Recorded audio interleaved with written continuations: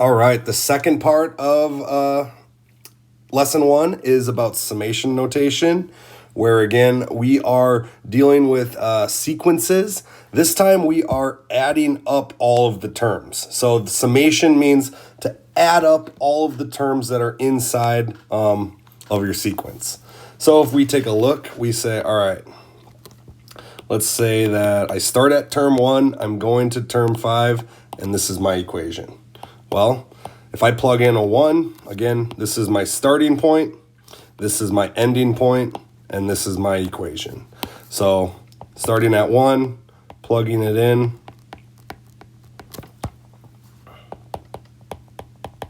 and I finally reached 5. So, excuse me, I can stop there. Using my properties of multiplication, one way I could attempt to speed this up is do something like this. So 3 times 15 equals 45. Now, again, if you wanted to do 3 plus 6 plus 9 plus 12, absolutely go for it. There's absolutely nothing wrong with that. Another example, let's use K this time. Again, you don't have to use the same letters. The letter doesn't matter really, as long as you're consistent. So again, this time starting at 3, ending at 6. So, oops, that's text. 1 plus 3 squared plus 1 plus 4 squared plus 1 plus 5 squared. And I'm almost running out of room. 1 plus 6 squared. So if I simplify this, 10 plus 17 plus 26 plus 37 equals 90. And then my last example for this type is we're going to use our new idea of factorials. So I'm going to say that my equation is 1 over n factorial. So again, starting at 0, ending at 8. If I just go through and try to solve it, I get 1 over 0 factorial plus 1 over 1 factorial plus 1 over 2 factorial plus 1 over 3 factorial, and we're going to go all the way to plus 1 over 8 factorial. So if we, again, go through and individually kind of type this out, we get 1 plus 1 plus 1 half plus 1 sixth plus 1 24th plus 1 20th plus 1 over 720 plus 1 over 5040 and plus 1 over 40,320. So our answer is getting very, very small there.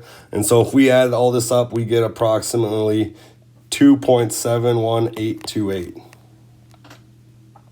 So this is super close to the irrational number e. If you type in e into your calculator, you get 2.718281828, ... Never ends. So again, it can be shown that more terms of the sequence whose nth term is 1 over n factorial are added. The sum becomes closer and closer and closer to our letter e. To help you, I believe you should be able to use factorials in your calculator. This is not the right calculator. So it might be something like 1 over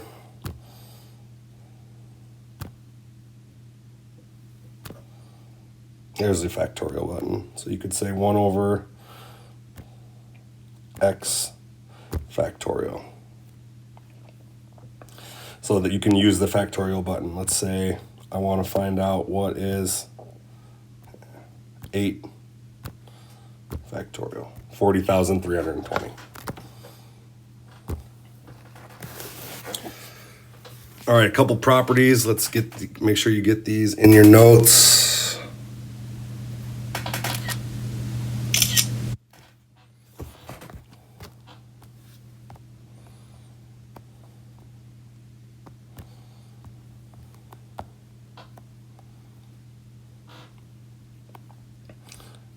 If c is just constant, then it's just a constant. 3 plus 3 plus 3 plus 3 plus 3. It's never going to change. A plus b, again, you can, if you look at number 3, you can split these apart if that's easier to solve, and same with subtraction. And number 2, again, if you have a constant, you can move it outside, and that's what we did on this example right here. We did that. Okay, keep moving. Now we're going to talk about series. A finite series is the sum of the first n terms of a sequence is called a finite series or a partial sum. So again, it might be something like a partial sum. A sub 1 plus A sub 2 plus A sub 3. And then we're going to stop at A sub n. And that's the examples that we were basically doing where we had a starting and a stopping point. The other one you can have is an infinite series, which goes on, as the name suggests, until infinity. So you'll see that we have a starting point, whatever our equation is, but our answer goes to infinity. So I guess the difference is that this one has a stopping point and this one goes to infinity. All right. So you might have to find the sum and then find the infinite sum. So for example, this will be our last example. You have the equation, in summation, I equals 1 to infinity, 3 over 10 to the I. So we want to do two things. We want to A, find the third partial sum, and then B, find the infinite sum, or just the sum. So if we're trying to find the third, again, we're going to change our ending point from infinity to 3, and here's our equation. So again, as I go through and plug it in, 3 over 10 to the first, plus 3 over 10 to the second, plus 3 over 10 to the third. Using my calculator, it's 0.3 plus 0.33 plus 0.333 plus, so we're going to get 0.333. Whereas when we do this all the way to infinity, usually what ends up happening is your number approaches a certain number. So if we look at this, again, what am I doing? 0.3, 0.33, 0.333, 0.3333. It's going to just keep getting on and on and on and on. 0.33333, so it's basically 0.3 repeating, which we know if we write that as a fraction, 0.3 repeating is 1/3. So our sum of our series that approaches infinity is 1/3. So even though it goes to infinity, we can still find an answer.